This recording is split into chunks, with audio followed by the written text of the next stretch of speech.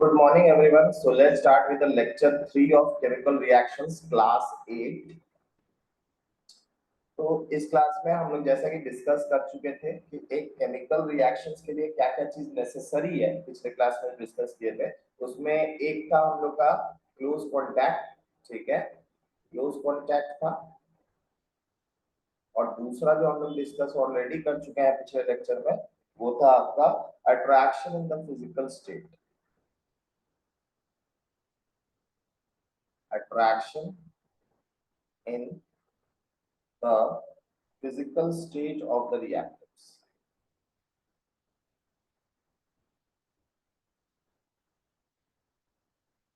State of the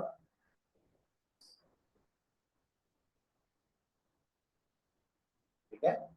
ये generally solutions के बारे में, इसके बारे में था सॉल्यूशन। और इसमें भी जनरली हम लोग क्लोज कांटेक्ट में ही लाते थे और हाइड्रेशन एनर्जी से क्या होता था, मॉलिक्यूल्स आपका टूटता था।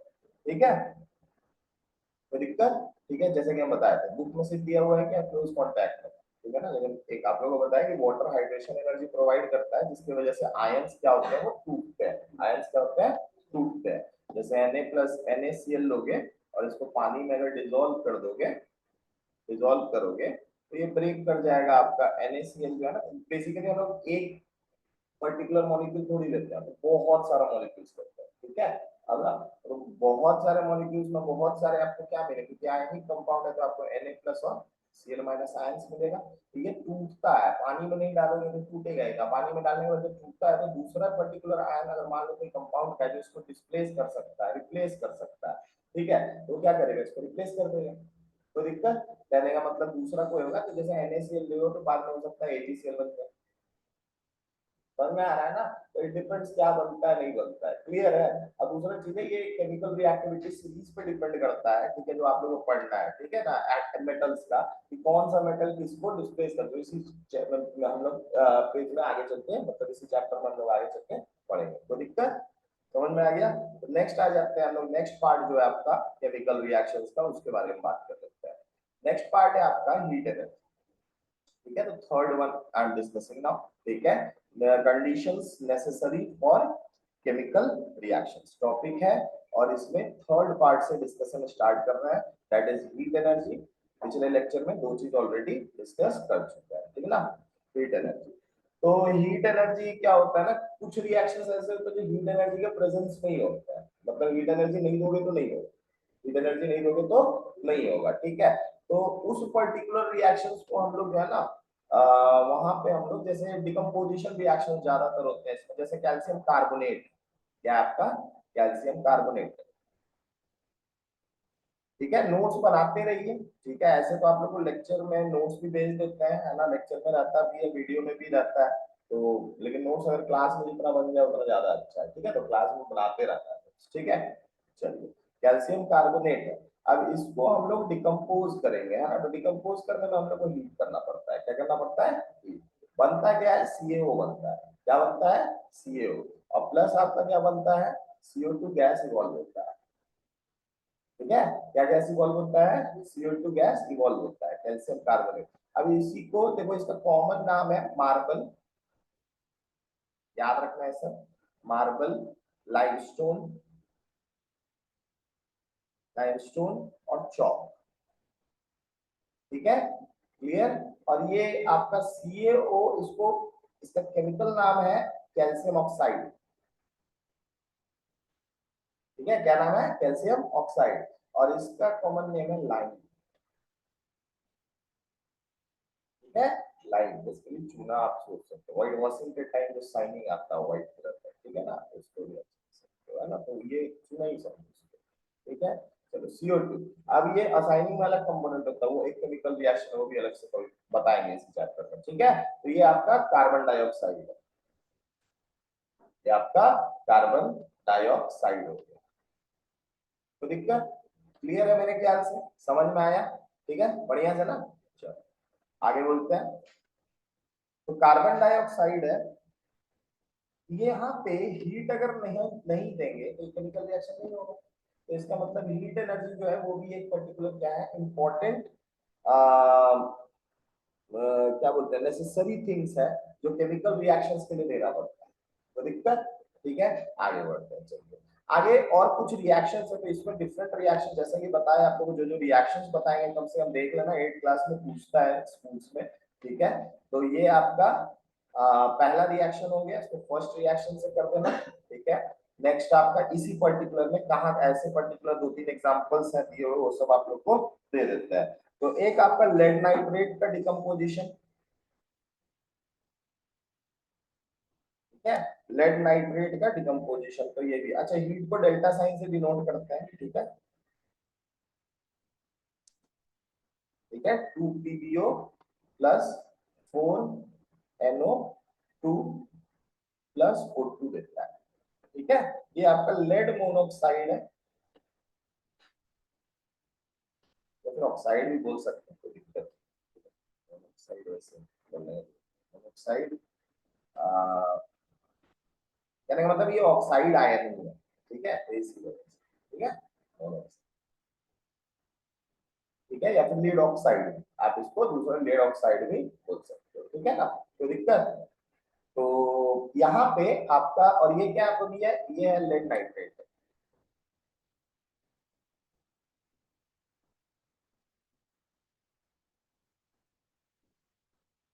ठीक है।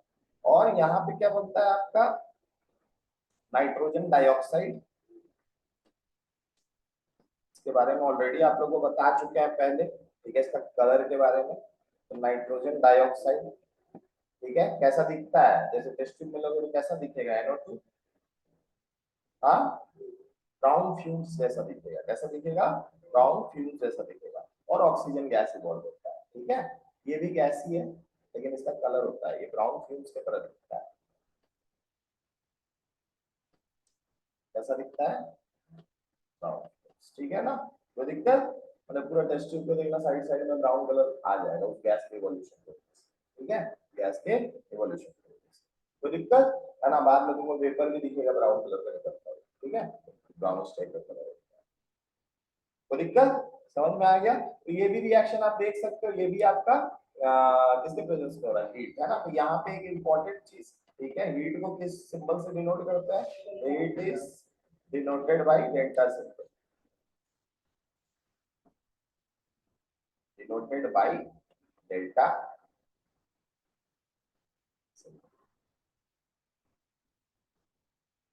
ठीक है, तो दिक्कत इस पर्टिकुलर सिंबल से रिप्रेजेंट किया जाता है, कहां पे, over the arrow, over the arrow, ठीक है। अगर मान लो कोई टेम्परेचर होगा पर्टिकुलर, जो हीट करके कहां तक पहुंचाना वैसा मेंशन होगा, तो टेम्परेचर आपको लिखना होगा, 723 केल्विन, 1523 केल्विन, आयरन मेल्ट होता है 1500 डिग्री सेल्सियस, ठीक है ना, समझ रहे हो ना। तो केल्विन में और सेल्सियस का मेरे ख्याल से सब तो जानते होंगे, टेम्परेचर है कन्वर्शन से, जानते हो कि नहीं जानते हो, ठीक है, डिग्री सेल्सियस से फ़ारेनहाइट, फ़ारेनहाइट से केल्विन, ऐसा यूनिट केल्विन है टेम्परेचर का, ठीक है ना, तो वो भी लिखना पड़ता है, या तो एरो के नीचे लिख दो या एरो के ऊपर लिख दो, डेल्टा साइन एरो के ऊपर रहता है, तो दिक्कत, तो डेल्टा मान लो टेम्परेचर दिया है, तो फिर मतलब तब वहां डेल्टा साइन देने की जरूरत नहीं है, कहने का मतलब उस पर्टिकुलर टेम्परेचर तक को हीट करना होगा, समझ रहे हो बात को ना। तो टेम्परेचर, या तो अगर टेम्परेचर दिया, जैसे इसमें टेम्परेचर है, इसमें क्या दिया हीट, इसको तुम नॉर्मली हीट करने का मतलब है ना कि आप नॉर्मल रूम लैब में जाओ, एक टेस्ट ट्यूब में लो लेड नाइट्रेट और उसको हीट करो सॉलिड फॉर्म में, तो ये होगा, क्लियर, कोई दिक्कत, रिएक्शन तो इसलिए बोल रहे, ठीक है ना। तो हाँ, कैल्शियम कार्बोनेट वाले रिएक्शन में याद रखना कि हीट कुछ अच्छा खासा टेम्परेचर तक करना पड़ता है, ठीक है, ये पर्टिकुलर चीज जान लो, ये बाबू ब्लास्ट फर्नेस में भी इसको डाला जाता है कैल्शियम कार्बोनेट, ठीक है, तो डिकम्पोजिशन में इसमें लगता है टेम्परेचर लगता है कुछ, ठीक है, क्लियर है ना। और ये लेड मोनोऑक्साइड हो गया, ये लेड नाइट्रेट हो गया, नाइट्रोजन डाइऑक्साइड ब्राउन फिल्म्स के तरह टेस्ट ट्यूब में आपको दिख जाएगा, तो ये टेस्ट ट्यूब में होगा, ठीक है। बाद में आपको चलिए इस रिएक्शन में बताएंगे कितना हीट आपको लगता है इस रिएक्शन को, और है ना, हम एग्जांपल के तौर पर भी खाली बता रहे हैं कि अभी टाइप्स ऑफ रिएक्शन पढ़ना बचा हुआ है, अभी आपको एग्जांपल बेसिकली किस चीज का दे रहा है कि क्या क्या नेसेसरी कंडीशंस है जिससे केमिकल रिएक्शंस होता है, ठीक है। एक और इसमें एग्जांपल है जो दिया वो भी लिख लीजिए, सी, इसी में आ गया आपका, नेक्स्ट है Fe प्लस सल्फर, क्या क्या लिए हैं, आयरन, क्या लिए हैं, आयरन, और ये क्या आपका सल्फर, दोनों सॉलिड फॉर्म में लिए हैं, ठीक है ना, दोनों सॉलिड ही होता है, रूम टेम्परेचर पे क्या मिलेगा, सॉलिड ही मिलेगा, ठीक है। आयरन फिलिंग्स बोलते हैं इसको, लैब में आयरन, आयरन लेकर के उसमें थोड़ा सल्फर सल्फर आपको मिल जाएगा, ठीक है। इसको हीट करने पे, ठीक है, हीट लिखना जरूरी नहीं है, डेल्टा साइन आप दे सकते हो, ठीक है, जनरली ऊपर में लिखते हैं एरो मार्क, ठीक है। तो दिक्कत, तो यहाँ पे आपका बहुत जाना पहचाना कंपाउंड फॉर्म होगा FeS, ठीक है, ये एग्जाम में बहुत फेमस क्वेश्चन है जो पूछता है, ठीक है, इसको बोलते हैं आयरन सल्फाइड, ठीक है। ज्यादा डिटेलिंग के लिए यहाँ आयरन के ब्रैकेट में 2 लिख लो, क्यों, क्योंकि आयरन का वैलेंसी यहाँ 2, ठीक है, 2 प्लस, लेकिन आपको पता है वैलेंसी में आप लोग साइन को इंक्लूड नहीं करते, पता है ना, तो और उसके बाद भी आयरन के एटॉमिक नंबर भी उससे ज्यादा है, वैलेंसी टर्म जो है पर्टिकुलरली आयरन के लिए सूट भी नहीं होता, कैल्शियम तक जनरली वो फॉलो होता है। आगे क्लास में आप लोग जाके पढ़ोगे कि जो है ना वैलेंसी की जगह जो टर्म जनरली यूज होता है वो ऑक्सीडेशन नंबर है, क्या है, ऑक्सीडेशन नंबर, क्योंकि ऑक्टेट रूल जो है ना आपका, octet rule generally atomic number 20 तक ही फॉलो होता है, ठीक है ना, या फिर फर्दर की ब्लॉक एलिमेंट्स के केस में होता है, ठीक है। तो इसी वजह से हम लोग उस टर्म को, हम लोग वैलेंसी टर्म को यूज नहीं करते हैं, ठीक है, हम लोग क्या करते हैं ऑक्सीडेशन नंबर यूज करते हैं, लेकिन तुम लोग अभी वैलेंसी सब 2, इसका वैलेंसी कितना है 2, इसलिए आयरन 2 सल्फाइड। अच्छा, इसका एक और नाम है, ये भी लिख लो, इसको फेरस आयन बोलते हैं, क्या बोलते हैं, फेरस आयन बोलते हैं, तो तुम इसका नाम एक और लिख सकते हो, फेरस सल्फाइड, दोनों सही है, जो भी नाम लिखोगे दोनों का दोनों सही है, क्लियर, कोई डाउट है इसमें, समझ में आ गया।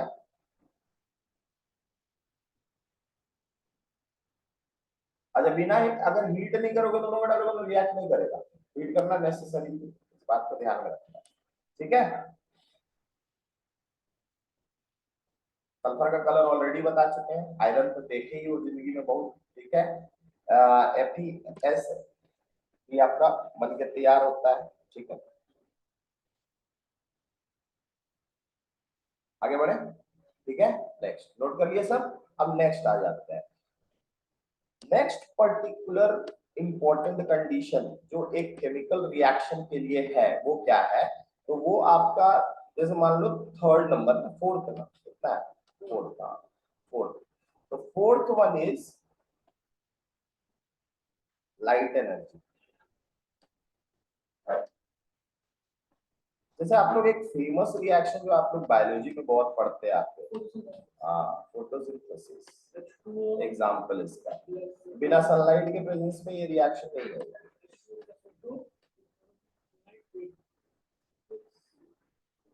हाँ ठीक, वेरी गुड, 6CO2 लिख लो, 6CO2, ठीक है, प्लस 6H2O, बैलेंसिंग के साथ दे रहे हैं, बिना बैलेंसिंग के दे, बैलेंस कर लो खुद से, हाँ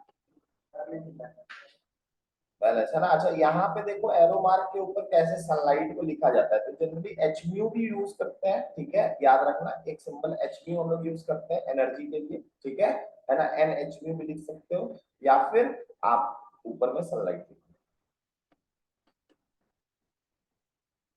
ठीक है ना, उधर अभी तो आप लोग हीट भी लिखोगे तो दिक्कत नहीं है, लेकिन जान के रखोगे इसको डेल्टा सिंबल, तो डेल्टा सिंबल से करो, अभी भी डिनोट करो डेल्टा सिंबल से, कोई दिक्कत नहीं, तो सही करोगे, ठीक है, डेल्टा सिंबल से ही डिनोट किया जाता है, ठीक है, कोई दिक्कत, सनलाइट को। अच्छा, यहाँ एक इंपॉर्टेंट, आप लोग जानते हो बायोलॉजी बिना क्लोरोफिल के प्रेजेंस में नहीं होगा, है ना, तो क्लोरोफिल ये इंपॉर्टेंट है, क्लोरोफिल के प्रेजेंस के नहीं होगा, बनता क्या है, ग्लूकोज बनता है, C6H12O6, ठीक है, ये आपका ग्लूकोज हो गया,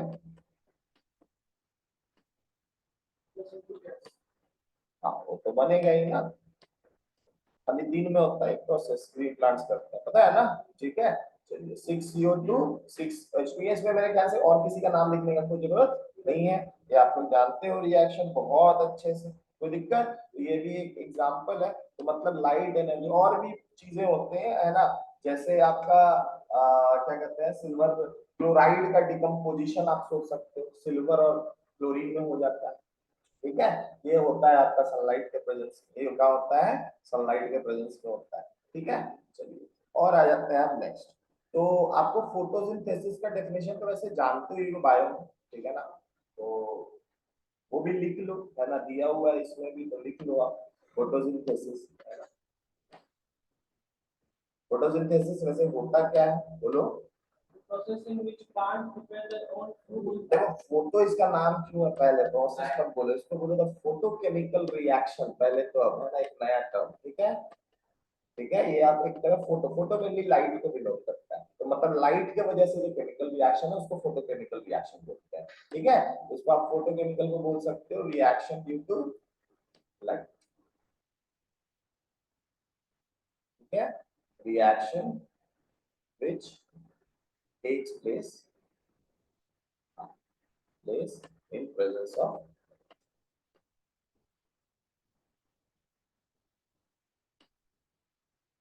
ठीक है, फोटोकेमिकल रिएक्शन बोला जाता है इसको। तो द फोटोकेमिकल रिएक्शन, आप इसको फोटोसिंथेसिस का डेफिनेशन लिख सकते हो, the photochemical reaction, photochemical reaction in which green plants, na, leaves of, basically leaves of green plants, leaves of green plants, plants prepare glucose,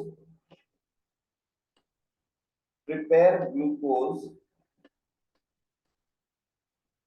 glucose and oxygen, and oxygen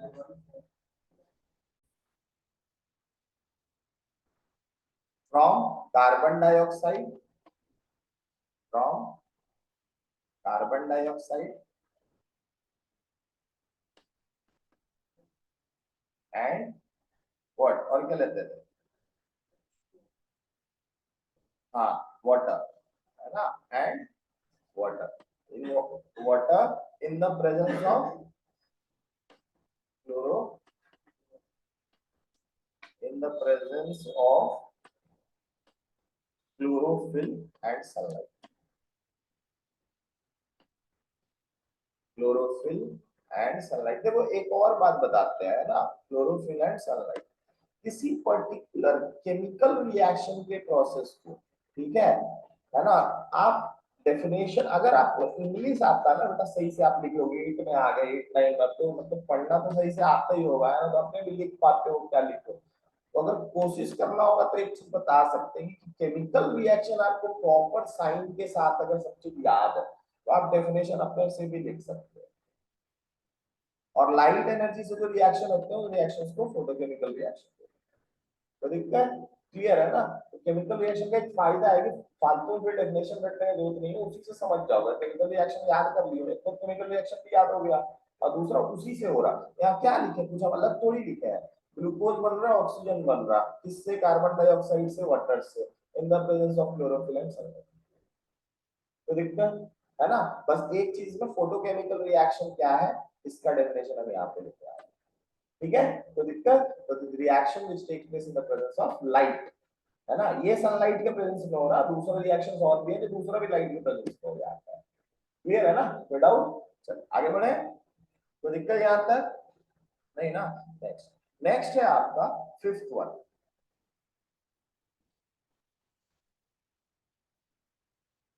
electricity.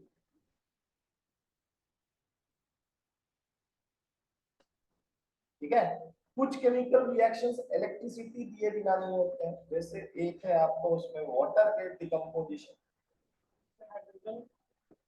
हाँ एक हम लोग setup बनाते हैं जो आप लोग पढ़ोगे आगे चल के, जिसको सेल का सेटअप बोलते हैं, उसमें कैथोड एनोड दिया जाता है, तब जाके ये है ना इलेक्ट्रोलाइसिस प्रोसेस से हम लोग इलेक्ट्रिसिटी देते हैं। ठीक है, तो ये आपका इलेक्ट्रिसिटी यहाँ पे देते हैं। ठीक है, इलेक्ट्रिसिटी या फिर आप बोल सकते हो करंट बोल, है ना, ऐसा ही बोल सकते हो ना, क्योंकि करंट बेसिकली क्यों क्यों ज्यादा वर्ड अच्छा लग रहा है करंट, ये भी समझ लो, क्योंकि देखो केमिकल रिएक्शन होता है जनरली इलेक्ट्रॉन के लेन देन, समझ रहे हो ना, है ना, तो यहाँ इलेक्ट्रॉन का लेन देन है। तो करंट क्या होता है, करंट का डेफिनेशन होता है flow of charge per unit second.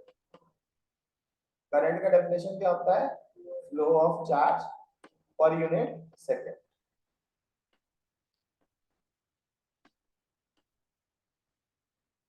ठीक है, flow of charge per unit second.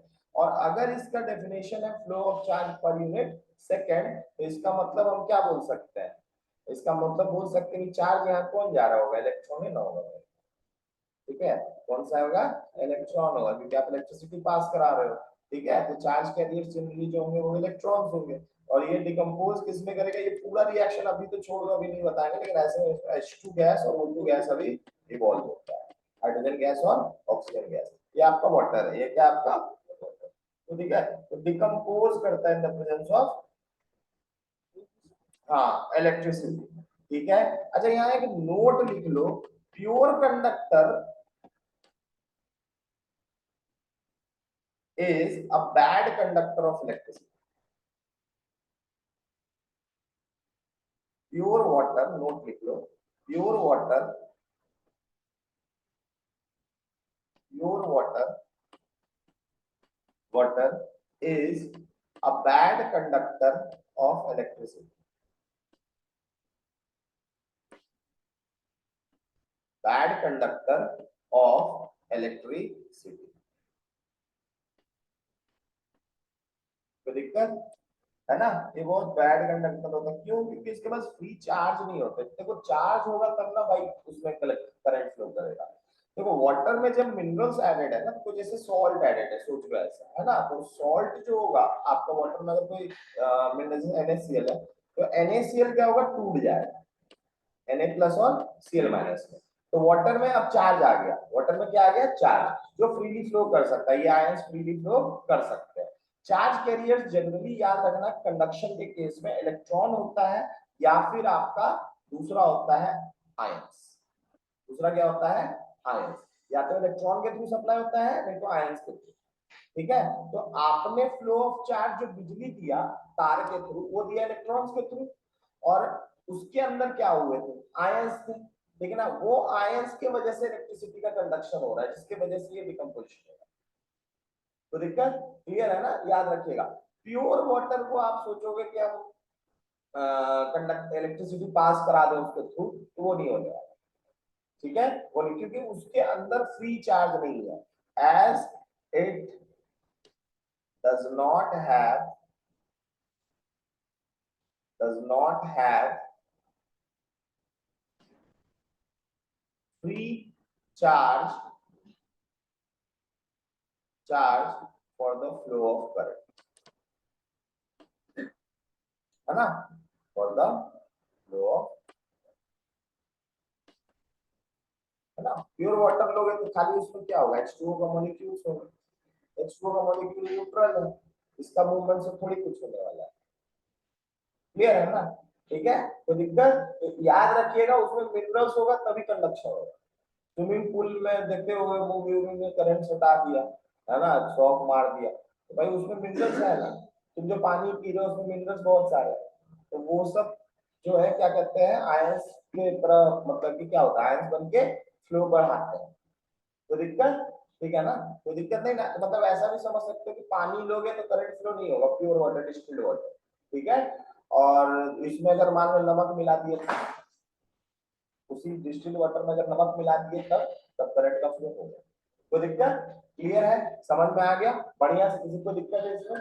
तो कुछ रिएक्शन ऐसे भी होते हैं जो इलेक्ट्रिसिटी के प्रेजेंस में होता है। कोई दिक्कत इसमें नहीं ना, है ना। तो आप इसको पूरा टर्मिनोलॉजी में तो एक तो सॉल्ट बताया, ऐसे आप लिख सकते हो। जनरली सारे मटेरियल्स को, मिनरल्स को किसमें डिवाइड किया गया है अगर टर्मिनोलॉजी के हिसाब से जाओ तो आप लिख लो, मिनरल्स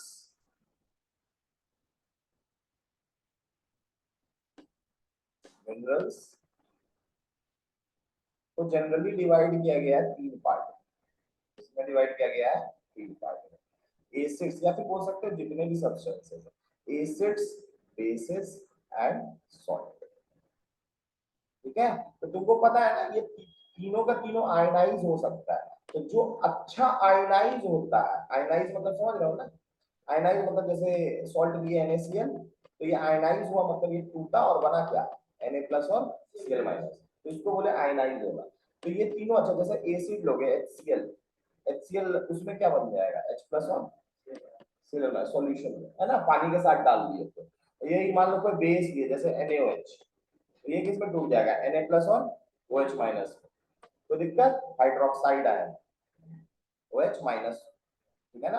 अच्छा याद रखिएगा चार्ज से पहले नंबर लिखा जाता है, इस बात को ध्यान रखना है, ठीक है, चार्ज से पहले नंबर लिखा जाता है, तो दिक्कत, ठीक है, ये चीज एनसीईआरटी में 11th में 12th में दिया हुआ है। OH माइनस को दिक्कत क्लियर है, समझ में, तो हाइड्रोक्साइड है, ये टूट रहा ना भी, तो इलेक्ट्रो क्या हो रहा है, इनको अगर मान लो हम वाटर में मिला दें, इसमें मिला दें वाटर में, तो फिर हम कंडक्शन क्या करेंगे, पानी का कंडक्शन सही हो जाएगा, मतलब फिर वो इलेक्ट्रिसिटी कंडक्ट करने लग जाए, क्यों, क्योंकि ये आयंस फ्लो कर सकते हैं उसमें, तो एक चार्ज कैरियर है, और चार्ज अगर फ्लो करेगा तो मतलब करंट फ्लो, तो दिक्कत, तो ये चार्ज के फ्लो के वजह से आपका करंट क्रिएट होता है, समझ में आ गया, बोलो एसिड एसिड से पानी निकालेंगे वो इसको फिर से बता दें, इसमें सोचने की कोई दिक्कत नहीं। अच्छा एक बात याद रखना, यही हम बोल रहे, ये बात याद रखना जो आयनाइज हो सके, विच कैन आयनाइज, कहने का मतलब है आप ऐसा सोच लो कि हर एक आयनाइज नहीं होता, हर एक एसिड आयनाइज नहीं होगा, उतना ज्यादा मॉलिक्यूल्स आयनाइज नहीं होते, तो वो उतना अच्छा कंडक्ट नहीं कर सकता, तो आप इनका अगर सॉल्यूशन लोगे ना पानी में, जिसमें लोगे पानी में, तो भैया करंट कंडक्शन आपका होगा पानी के थ्रू, लेकिन प्योर वाटर लोगे तो नहीं होगा। आप मिनरल्स को ही नहीं आप बोल सकते, सिर्फ मिनरल्स ही हम नहीं बोलेंगे, दुनिया के हर एक सब्सटेंस को हम इन तीन कैटेगरी में कर सकते हैं, चाहे वो ऑर्गेनिक कंपाउंड भी चाहे वो, तो दिक्कत एसिड या तो एसिड होगा या तो बेस होगा, नहीं तो सॉल्ट होगा, तो दिक्कत है ना। लेकिन हाँ सारा का सारा पानी में आयनाइज होगा कि नहीं होगा ये कोई नहीं जानता, क्लियर है, तो हर एक आयनाइज नहीं होने वाला, इस बात को याद रखना, जो अच्छा जितना ज्यादा आयनाइज होगा, कहने का मतलब है कोई है जो 90% आयनाइज हो गया, कहने का 90% का मतलब समझे, जैसे मान लो 100 मॉलिक्यूल्स है, ठीक है, इसमें से 90 मॉलिक्यूल्स आयनाइज हो गए, 10 मॉलिक्यूल्स नहीं, तो इसी 90% से ज्यादा आयनाइज होता है उसी को बोलते हैं स्ट्रॉन्ग एसिड। अच्छा ये भी आ रहा है 99% से ज्यादा होता है, इसको बोलते हैं स्ट्रॉन्ग एसिड, ठीक है, तो ये HCl HNO3 H2SO4 ये सब आयनाइज होते हैं भाई, इतना ज्यादा एसिडिक होता है, समझ रहे हो ना, क्लियर है, ये आयनाइजेशन शो करते हैं। बेसिस में अब बहुत सारा बेसिस है सॉल्युबल होता ही नहीं है, पहला तो वाटर, ठीक है, तो सॉल्युबल हुआ तो अब जैसे अल्कलीज बोलते हैं, जो सॉल्युबल बेसिस होते हैं उसको क्या बोलते हैं, अल्कलीज, तो बेसिस के केस में जो अल्कलीज होते हैं वो आपका ये चीज हो, जैसे NaOH स्ट्रॉन्ग बेस है, ये भी 99% आयनाइज हो जाएगा पानी, तो दिक्कत, और ये NaCl जैसे सॉल्ट है, ये भी बहुत अच्छा मतलब इलेक्ट्रोलाइट है। अच्छा इनको क्या बोला जाता है, ऐसा चीज जो पानी में जाने के बाद उसका कंडक्टिविटी को बढ़ा देता है, उसको हम लोग बोलते हैं इलेक्ट्रोलाइट। आप लोग अभी बेसिकली इलेक्ट्रोलाइसिस अभी नहीं पढ़े हो, इस वजह से आप लोग को नहीं पता है, ठीक है, इसको क्या बोलते हैं टीई है, टीई, ठीक है, इलेक्ट्रोलाइट, ये आप लोग जानोगे, ठीक है, जब इलेक्ट्रोलाइसिस प्रोसेस करते हैं तो जो सॉल्यूशन लिया जाता है उसको इलेक्ट्रोलाइट बोला जाता है, उसको क्या बोला जाता है इलेक्ट्रोलाइट, तो उस इलेक्ट्रोलाइट में जनरली या तो कोई सॉल्ट एसिड नहीं तो कोई बेस को पानी में मिला के देते हैं, ठीक है, तो दिक्कत क्यों लिया, और उन्हीं को लिया जाता है जो स्ट्रॉन्ग होते हैं। आप वीक वाले भी ले सकते हो, कोई 50% वाला होगा, कुछ कुछ होगा 10% जो खाली डिसोसिएट कर रहा है, अब 10% वाला क्या है, समझ में आ रहा है ना, क्लियर है, तो कंडक्टिविटी डिपेंड्स करता है कि कितना ज्यादा आपका जो भी लियो वो आयनाइज होता है, क्लियर, मेरे ख्याल से कोई दिक्कत इसमें, वेरी क्लियर सबको, कोई दिक्कत नहीं ना भाई लोग, चलो ये वाला भी हो गया आप लोग को। नेक्स्ट आ जाते हैं, नेक्स्ट पर्टिकुलर पार्ट है प्रेशर, कुछ रिएक्शन प्रेशर मांगते हैं, सिक्स्थ हो गया ना मेरे ख्याल से, सिक्स्थ पॉइंट, कुछ रिएक्शन क्या मांगते हैं, प्रेशर मांगते